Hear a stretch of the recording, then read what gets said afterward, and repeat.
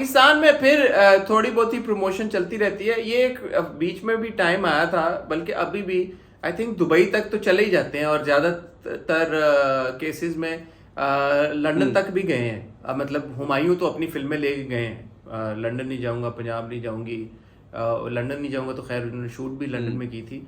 But उसकी promotions के लिए आई रिमेंबर अभी कुछ साल पहले तक बी फॉर यू के साथ कोलैबोरेशन होती थी, तो बहुत सारी यहाँ पे जो फिल्में बन रही थी उसकी प्रमोशंस के लिए भी वो इंटरनेशनल टूर्स करते थे। दुबई को मैं इसलिए इतना नहीं कंसिडर करता क्योंकि वहाँ पे तो अब हमारी फिल्मों के हाँ। प्रीमियर भी हो जाते हैं। बट जब आप अगर नॉर्थ अमेरिका या इंग्लैंड जैसी जगहों पे जाएं प्रमोशंस के लिए, जाहिर है उस पर अच्छा खासा एक गिवन द सर्कमस्टांसेस, जिन सर्कमस्टांस में जिन बजट्स में पाकिस्तानी फिल्में बनती हैं, it is kind of a हाँ। बिग डील कि यार कि आप पूरी कास्ट को लेके जा रहे हैं, और वहाँ पे फिर इंटरव्यूज भी होते हैं बाकायदा, दूसरे शहरों में जाके इवेंट्स भी हुए हैं प्रमोशनल। वो वाला जो एक टाइम था ना कोविड के बाद से, मेरे ख्याल में उसने भी हिट किया है एक तरह से पाकिस्तानी हम्म। सिनेमा को। बिकॉज मेरा नहीं ख्याल कि अभी जो इस ईद पे दो फिल्में आई हैं वो बुरी थी। अगर कौन उनको सी किन दो की बात कर रहे हो? उम्र यार और नाबालिग अफराद जो दो ठीक है। मैंने देखी हैं। उम्र यार तो तुझे पता है कैसी है? बचपन से, पता नहीं तूने पढ़ा या नहीं पढ़ा, मैंने तो हाँ। बहुत पढ़ा उसको, उम्र यार को। और वीएफएक्स अगर हम उसका बात करें, it was hmm. Outstanding VFX, मतलब बहुत जबरदस्त वीएफएक्स था, और सारा पाकिस्तान में था, पाकिस्तानी टीम हम्म। ने किया था। So you know production value के हिसाब से अगर आप देखें तो वो definitely deserve to be screened in cinemas around the world आराम से, हम्म। मतलब दूसरा जो नाबालिग अफराद थी वो 90s के जो है साउथ एशियन आपकी जो ऑडियंस है, मेरे ख्याल में वो इंडियंस हों या पाकिस्तानीज हों, उन सब ने बड़ी इंजॉय करनी थी। बिकॉज उस्मान तू भी गुजरा होगा इस दौर से कि जब तूने कोई अडल्ट फिल्म ली होगी और वीसीआर में फंस गई होगी और लाइट चली गई होगी, तो आई एम श्योर तूने ये हम्म। एक्सपीरियंस किया होगा लाइफ ऐसे ही में होता कभी है, ना अभी भी कभी। ऐसे ही होता है। किया या नहीं? हम्म। अभी भी ऐसे होता है, अडल्ट फिल्म तेरी हाँ, फंस रोज जाती है अभी रोज भी पड़ती है। वीसीआर में, हाँ। देखते देखते रोज फंसती। तो उसके इर्द गिर्द बेचती, बट अगेन वो बड़ी उसकी एक नॉस्टैल्जिक वैल्यू इसलिए भी थी कि आप यू नो वीसीआर और वो वाला टीवी, और फिर वो शादी का सीन है तो आरसी कोला या टीम, इस तरह के आपकी छोटी छोटी डिटेल्स और नुआंसेस थे। वो बड़ा आप एकदम it takes you back in time and you like यार ये बड़ा फिट दौर था, एक मजे का टाइम था। और ह्यूमर और एक्टिंग के हवाले से भी मेरे ख्याल में स्ट्रॉन्ग फिल्म थी, मुझे खैर बहुत अच्छी लगी। अच्छा। तो ये दो फिल्में अगर रिलीज, मेरे ख्याल में अगर क्या, मेरे I am pretty sure release हुई होंगी। तुझे ये तो पता ना कि रिलीज हुई है या नहीं हुई ईद पे, या ये भी नहीं, नहीं पता? उसका ये जो दूसरी वाली तुमने अभी मेंशन किया इसका मुझे नहीं पता, लेकिन उम्र यार का मुझे पता है हुई थी। और एक टाइम पे मैंने सर्च भी किया था तो इर्द गिर्द जो सिनेमास थे उनमें it was playing as well. It was playing hmm. Is well, right. So the thing is कि हमारे फिल्मों का ना यही चीज है कि पता ही नहीं लगता। हमें समथिंग हॉट के ऊपर अक्सर ये कमेंट मुझे बहुत आता है कि इज दिस रिलीजिंग हियर, मतलब जहां से भी लोग कमेंट कर रहे हो तो वो पूछ रहे होते हैं is this releasing here, where do I watch it, how can I watch it. ये ओवरसीज एक इतनी जो स्ट्रॉन्ग हमारी ऑडियंस है, और वो हमें नजर आ रहा है जो इतने शौक से ड्रामे देखते हैं, somehow cinema when it comes to cinema we're not able to tap them in the right way। ये मेरी एक असेसमेंट है। मुझे लगता है कि पता नहीं तुम अग्री करोगे या डिसएग्री करोगे इस बात से, लेकिन जितना एक स्ट्रॉन्ग हमने बिल्ड कर लिया हुआ अपनी ड्रामा ऑडियंस को, फिल्म वाली को हमने मेरे ख्याल में छोड़ दिया हुआ है, और नहीं छोड़ना चाहिए।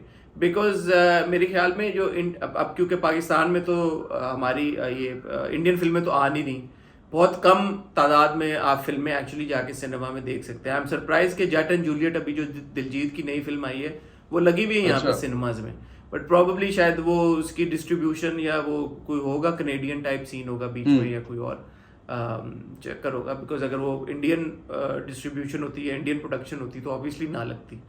सो बाहर के मुल्क में जब आप सिनेमा जाते हो तो ऑब्वियसली आप इंडियन फिल्म में भी देख रहे हो, आप अंग्रेजी फिल्म में भी देख रहे हो, आप पंजाबी सिनेमा भी देख रहे हो, आप और भी चीज़ें देख रहे हो, और आप पाकिस्तानी फिल्में भी देख रहे हो, तो you have a better understanding. And then आप जब फीडबैक दोगे कि यार ये पाकिस्तानी फिल्म अच्छी है या नहीं अच्छी, मेयारी है या नहीं मेयारी, वो उसकी और ज़्यादा वेटेज हम्म। होगी और वैल्यू होगी। तो ये इस पे मेरे ख्याल में प्रोड्यूसर्स को सोचने की हाँ जरूरत है। नहीं, सोचने की जरूरत है, मार्केटिंग के डिफरेंट ट्रिक्स लगाने की जरूरत है, क्योंकि अगर ऑडियंस इंटरेस्टेड है और उनको नहीं वो चीज मिल रही, तो पता नहीं इन्फॉर्मेशन नहीं मिल रही, so that's a missed opportunity for them. अगर उन्होंने वीडियो लगाई और लोग पूछ रहे कि अगर हाँ, लगा भी अगर रहे लगा हैं, भी रहे हैं तो अगर लोगों को नहीं लगा भी पता रहे कि हैं लग रही और है, तो फिर तो वो मार्केटिंग का एक इशू है।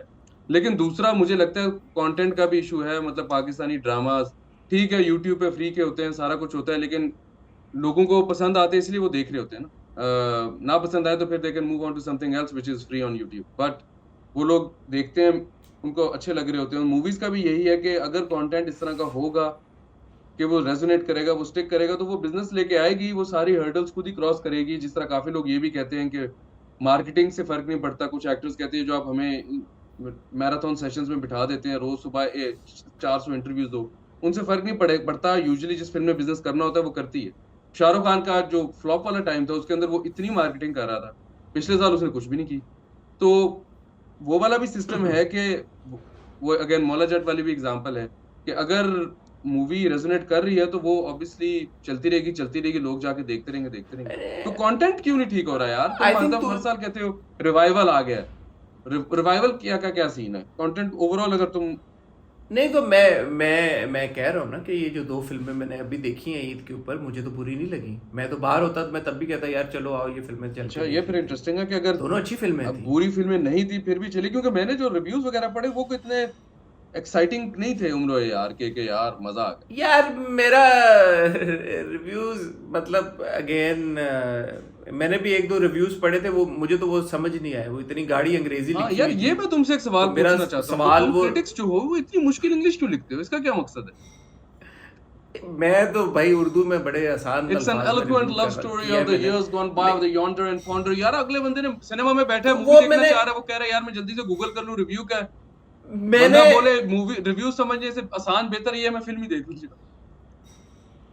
मैंने वो रिव्यू पढ़ा एक, और मैं नाम नहीं लूंगा, ये अच्छी बात नहीं है। मैंने वो रिव्यू पढ़ा, मैंने कहा यार ये इसने लिखा हाँ किसके लिए? क्योंकि आप सिनेमा इटसेल्फ जो आपकी पाकिस्तानी फिल्म है, यू वुड होप के यार कि आपकी मास ऑडियंस हाँ देखने जाए, राइट? उर्दू फिल्म है, आपकी मास ऑडियंस देखने जाएगी। अब मास ऑडियंस अगर जा रही है फिल्म देखने, जो आपकी एक्सपेक्टेशन है मेजोरिटी जाए, पाकिस्तान में इतनी अंग्रेजी किसको हाँ, नहीं आती है इंडिया यार? में भी वो अनुपमा चोपड़ा और वो राजीव मैं कपूर जिस तरह की इंग्लिश लिखते हैं, वो बंदा भूल जाता है ये शाहरुख खान की बात हो रही है। आपको लग रहा होता है कि वो शेक्सपियर की आपस में लड़ाई होगी हेमिंगवे के साथ, तो वो पता नहीं क्या ये प्रॉब्लम है कि कोई लिटरेचर का आपने कोई पेपर थीसिस लिखना होता है जब या हम क्या ट्रिब्यून में शो काम कर कराना रहे थे तो होता हमें है। कहते थे कि हमारी ऑडियंस डिप्लोमेट है, तो ठीक है उनके लिए आप मुश्किल इंग्लिश लिख लें। लेकिन अगर आप नाबालिग अफराद के इंटरव्यू का रिव्यू लिख रहे हैं और इंग्लिश के एक लफ्ज किसी को समझ नहीं आ रहा, तो यार फिर रिव्यू आपने लिखा किसके लिए? अपने लिए लिखा है कि यार ये देखें आज मैंने तस्वीरों से किसके क्या लिए लफ्ज लिखा है? लिखे। किसके लिए लिखा है? सीरियसली आपने किसके लिए हाँ लिखा है? सो ये बड़ा इंपॉर्टेंट पॉइंट है। आई थिंक हमने जस्टिस फॉर रिव्यूज, हमने बहुत सिंपल रिव्यूज करना चाहिए, स्पेशली अगर आप रिटर्न अखबार में इस तरह कर रहे हैं कि लोग बंदा क्विकली जाके देखे और स्किम करके डिसाइड। अब मैं जैसे आजकल अगर नेटफ्लिक्स पे मैंने कोई चीज़ देखनी होती है, मैं IMDb पे हाँ चला जाता हूँ, उसको सर्च मार के। IMDb पे सिंपल जवाब में सिंपल लिखा हुआ है कि यार सबने हीरो ये करता है 4-4 इसलिए ये चीज 5-5 मुझे लाइनें वो लिखे चीज होते अच्छी है, हैं। मजा आ गया। ये है इसमें, ये है ट्विस्ट है, नहीं है, ये है बोरिंग था, ये था, वो खत्म। 4 लाइनों में आपको पता लग गया क्या है क्या वो है। बादशाह का गाना था ना, शाहरुख खान की मूवी जो आई थी बादशाह, उसके अंदर मैं तो हूँ पागल नहीं था, उसके अंदर बीच में शाहरुख खान इंग्लिश बोलता ना, द इमेजिनेशन ऑफ द हाँ मास्टरमेशन। वो वो वाली चीज बंदा कह यार ये किस मूवी की बात हो रही है, मुझे प्लीज बता दो ये मैं देखूं या ना देखूं। तो आप अपने हाँ क्रिटिक्स ही कहते हैं, उन फ्रेंड से बात करें, उनसे कहें यार भाई बता दो मूवी कैसी है, फिर इंग्लिश इंग्लिश का एक अलग कॉलम ले लो जिसमें आप बता दो कि आज मैंने 6 लफ्ज सीख लिए थे सॉरी।